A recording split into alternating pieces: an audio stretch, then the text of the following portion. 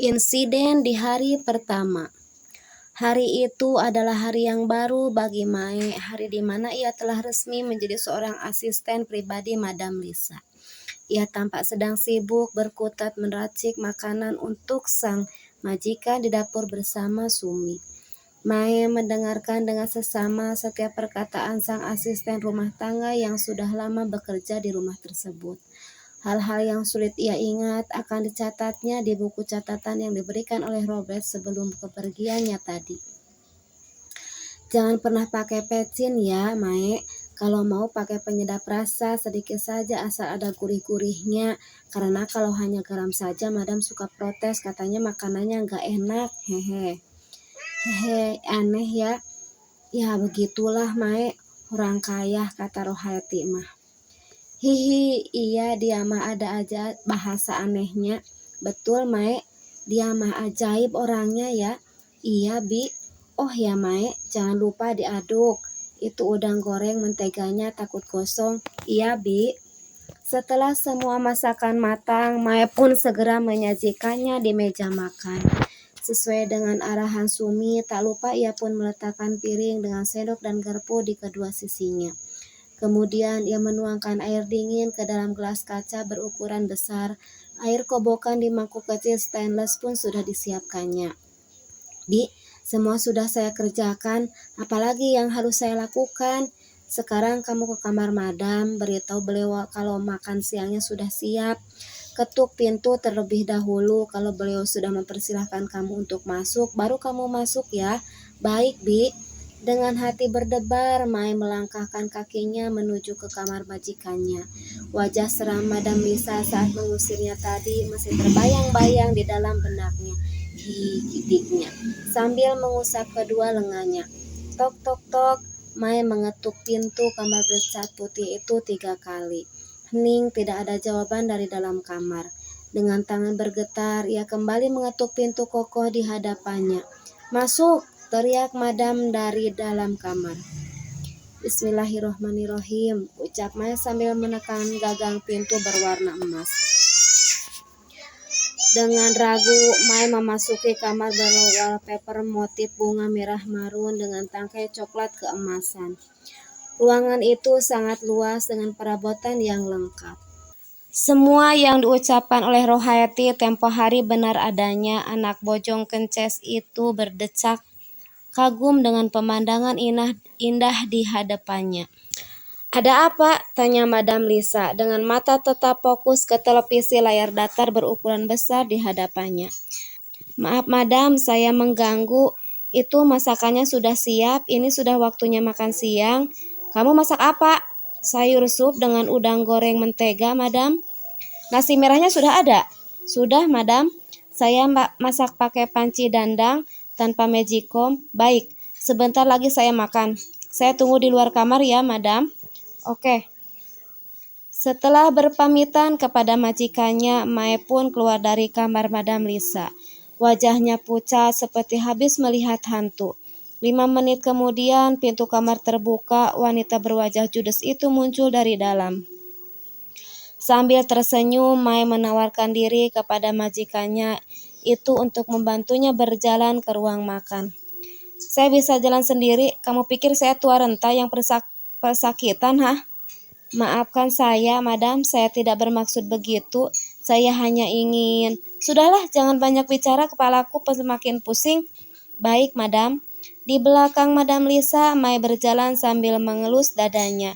Ia beristighfar dalam hatinya, ia berusaha memedam rasa sedih dan emosi atas sikap majikannya itu.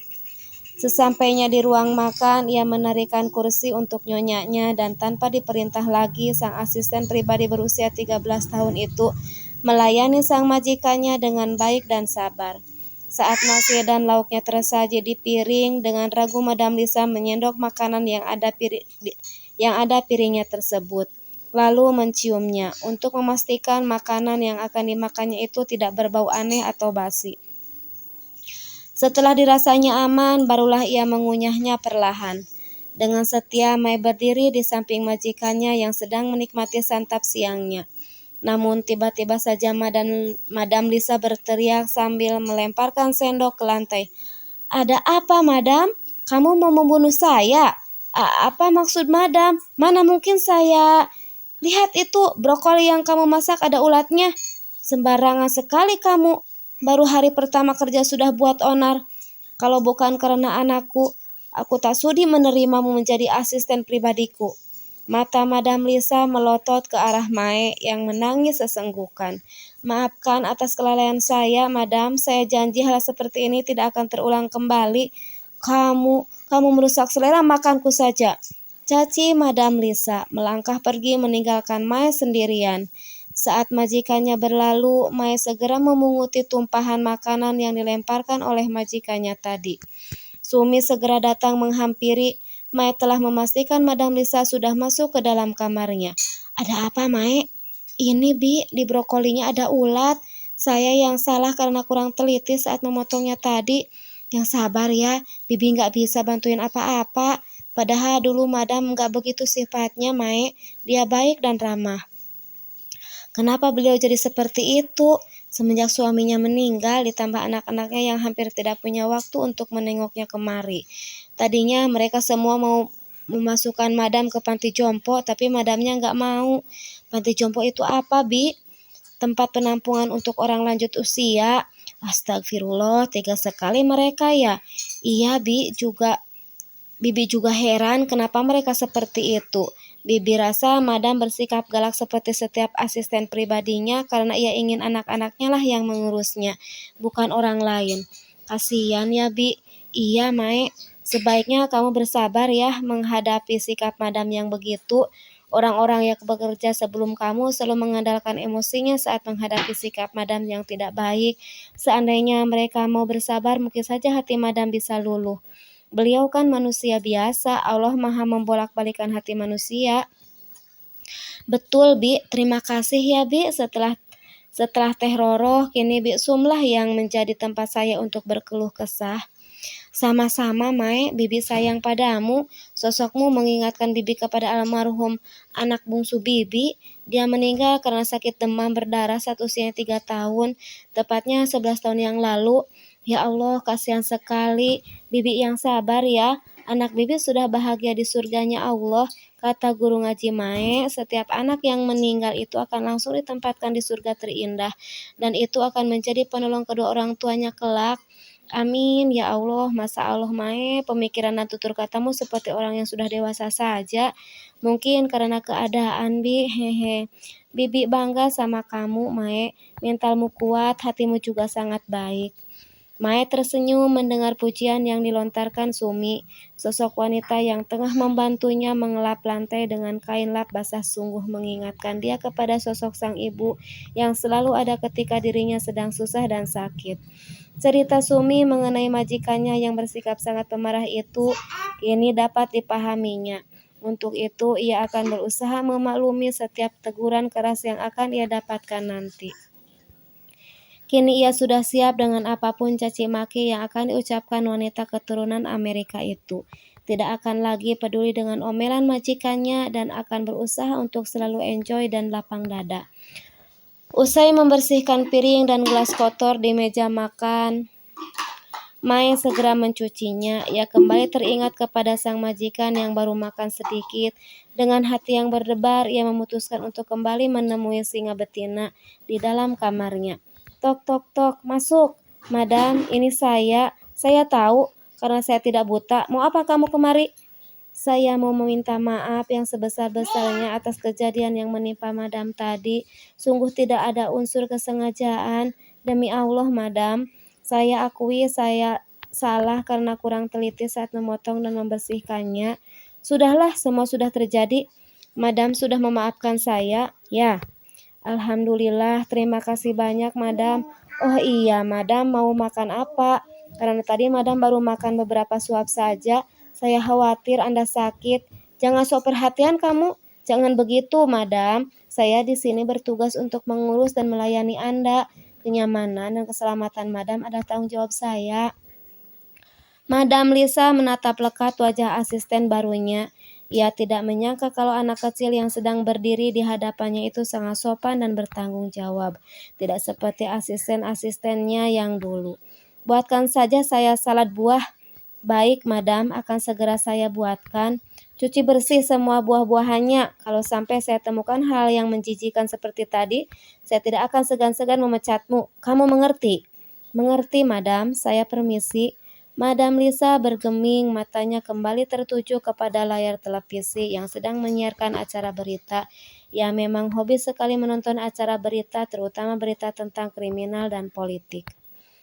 Mungkin karena ia dulu menempuh pendidikan di bidang hukum hingga mendapatkan gelar sarjana hukum, maka tidak heran bila kini di usianya yang telah senja ia suka sekali dengan berita-berita yang berhubungan dengan bidang yang ia pelajari dulu.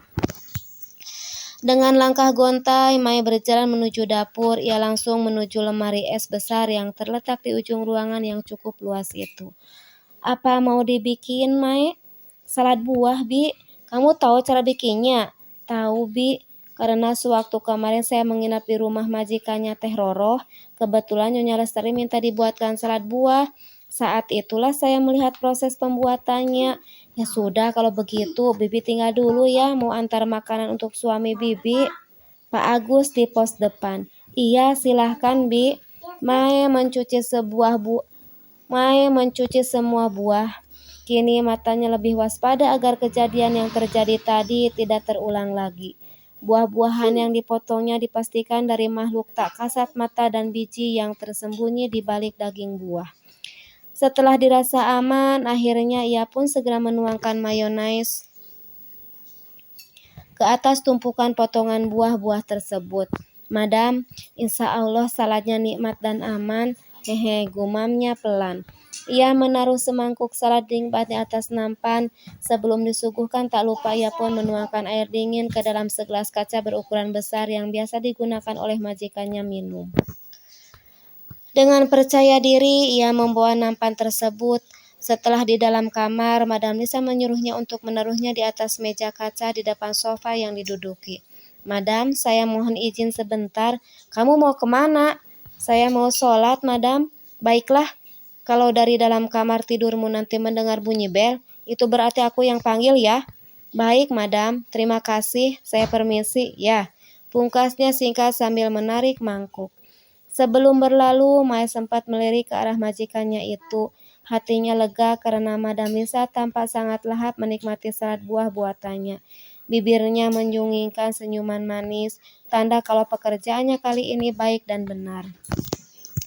Di dalam kamarnya, gadis itu membuka sandalnya. Sebenarnya ia tidak bisa harus memakai alas kaki di dalam rumah yang lantainya sangat bersih.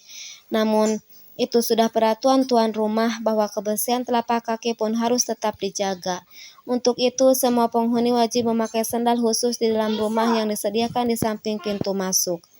Usai sholat, ia mencoba merebahkan tubuhnya di atas ranjang yang empuk. Tangannya mengelus-elus spray yang menutup kasur. Ya Allah, halus dan harum sekali. Matanya terpejam manakala indera penciumannya mencium aroma bunga yang meneruak dari sarung bantal yang ditiduri. Ia tidak menyangka akan bisa menempati kamar senyaman dan semewah ini dengan segala fasilitasnya. Sejuknya udara yang berembus dari mesin pendingin ruangan membuat tubuh Mai enggan untuk bergerak. Ia terlena dengan buaian kelembutan selimut yang menutup tubuhnya hingga batas pinggang. Ia kembali teringat akan pesan majikannya tentang bel panggilan yang ada di dalam kamarnya. Ia bernapas lega, itu artinya kalau bel tidak berbunyi maka ia bisa beristirahat sejenak. Tubuh kurusnya terasa sangat lelah setelah kemarin melakukan perjalanan jauh dari kampungnya. Matanya terpejam memasuki alam sejuta asa. Wajah letihnya terlihat begitu damai. Tak sedikit pun terlihat bahwa gadis kecil itu sedang memikul beban kehidupan yang sangat,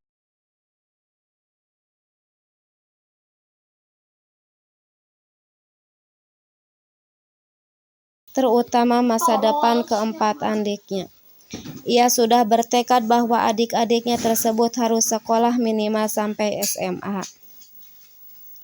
Apapun akan ia lakukan untuk mewujudkannya. Kini, setelah mendapatkan pekerjaan menjadi seorang asisten pribadi seorang wanita lanjut usia, hatinya merasa sangat bahagia. karena akhirnya ia bisa menolong dan meringankan beban orang tuanya di kampung. Sungguh mulia hatinya, rela mengorbankan masa kecilnya demi masa depan saudara-saudaranya. Semua itu dijalaninya dengan penuh keikhlasan dan sukacita.